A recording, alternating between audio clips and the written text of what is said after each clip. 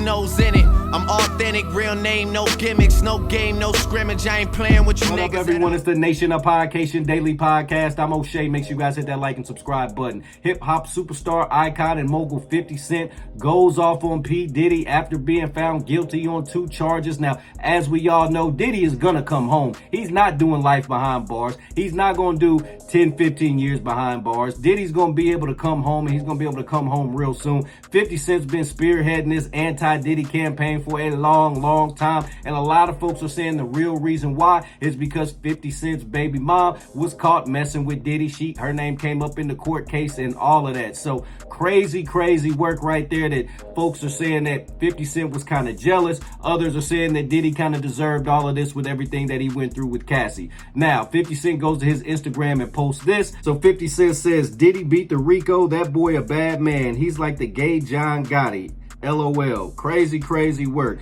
Then he goes on to post, get the F off my page, talking about I'm supposed to be scared of the gay Teflon Don. 50 Cent continues to troll Diddy regardless of what he's got going on. That's crazy work. But I'm gonna play y'all this clip. This is the real reason why Diddy was denied bail. Let's take a look at this. Well, Bianca and Natasha, first of all, this I'm sure was a tremendous disappointment to his mother and to his children and to his other family, and as well as to the supporters that we've seen out here outside of the courthouse. But in terms of the legality of it, according to attorney Jeremy Sallin, who we've been speaking with this hour, he said that this is fairly standard in terms of a conviction on these prostitution transportation charges, which are the 2 counts that Diddy was found guilty of. Now, what the big argument and the big push to keep him behind bars obviously came from the prosecutors. I'm sure it seemed that they were very upset about the verdict from the jury not getting that RICO case that they had pushed so hard for against the better advice of some in the legal community who didn't think that was appropriate in this particular circumstance. They also lost out on the sex trafficking. That was not guilty. And they said at this morning, the prosecution said that, Your Honor, we need several hours to come back and consider bail. Otherwise, they would have just considered the bail, the bail application and the bail situation right there shortly after the verdict was read. That was not the case. They were granted all these extra hours, the extra afternoon. Sean Diddy Combs sitting in a holding cell all the while this afternoon while they're crafting these letters to the judge to explain their positions. And the defense was arguing his mother, who we've seen many times here on Fox 5 going in and out of court every single day to support her son. She's 85 years old. The argument of the defense was that he's her primary caregiver, and certainly he is the closest relative to her, and that he also has a 3-year-old baby daughter, baby love Sean Combs, and that's her name. And so that was their argument, but the prosecution he still remains a danger. They wanted him behind bars until the sentencing, and this was, I'm sure, was devastating to Combs and many of the family who seemed elated. They were elated, in fact, when they heard those not guilty verdicts. But it's one more step, and as we've seen with Combs in other situations, once he's determined it, he's going to see it through. The worst is over in one sense, and that he is no longer looking at life behind bars. On the other hand, his attorneys will have to file an appeal to this denial of bail. And remember, they had several bail applications throughout the course of the pre-trial conferences and after his arrest that were completely denied, and those were just eye-popping bail packages. $50 million, 24-hour armed guards, an Upper East Side apartment where there was limited access, no internet access for him, monitoring cameras, monitoring his activities, no guests allowed coming in, and that was denied. So we'll see what happens now, but this has to be a devastating blow for the family. The family's been very united and come together at this. We saw the 2 sprinters that have taken most of the family after 1 o'clock this afternoon, or a little bit earlier, a little bit after that, after we found out that the hearing would be at 5 o'clock. They all went out together to have lunch, or to have something to eat, if in fact they could do that. I'm sure many of them thinking, okay, you know what, Dad's coming home, my son's coming home, that type of thing, and he will not have to spend another night in the MDC, the Metropolitan Detention Center, which is a place nobody wants to go.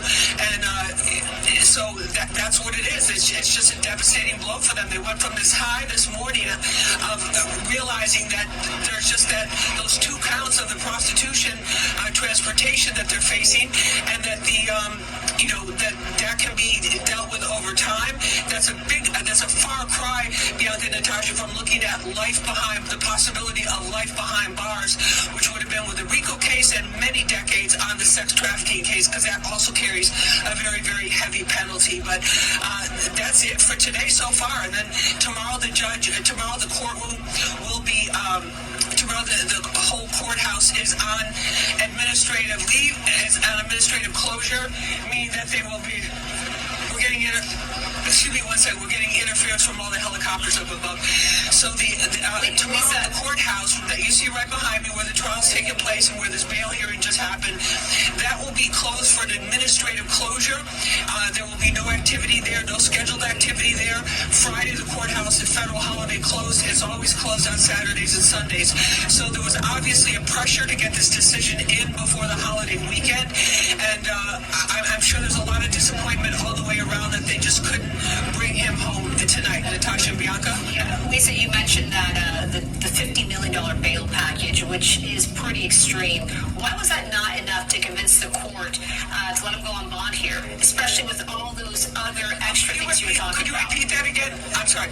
Could you repeat that again? The $50 million bond and bail package that you mentioned, including the other restrictions, those list of restrictions that you mentioned, you would think that that would be enough for a judge to say, all right, I can agree to this, but it wasn't. So there was a reason behind that, and why was that?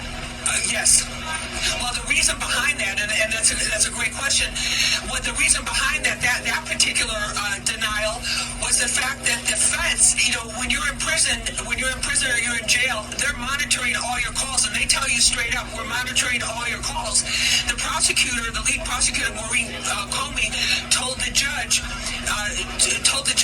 that he had been using other people's phone privileges, because when you're a detainee, you only have a certain number of phone calls at a certain time, using other people's phone privileges to make calls to intimidate witnesses, and that this would not be allowed. And then, as we've heard throughout the day here today with some of our legal experts, the witness intimidation is a crime or an allegation they take extremely seriously here. But the question is that even a factor now, because he was not convicted of the sex trafficking or the RICO? So I'm sure it was very disappointing for the defense. For the prosecution, it was like, well, at least we got something, and they got the transportation for prostitution.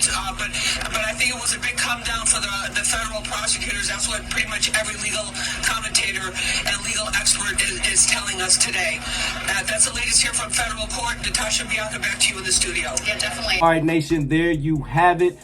Now, we all know Diddy's coming home. There was a $50 million bail. Now, that's going to get dropped significantly because there's no RICO charge. There's no trafficking charge. So none of that is going against Diddy. So that bail is about to drop. Once they provide the bail number, I'm sure Diddy will be home in a matter of minutes after that, so he can go on and start living his life, getting back to the studio. Hopefully he can drop a Bad Boy album or something like that. You know what I mean? Talking about all the stuff that he's been through. Nation, what do y'all think about 50 Cent trolling P. Diddy? What do you think about the P. Diddy case? Nation, y'all let me know in the comment section down below. Make sure you all hit that like and subscribe button on your way out. In it.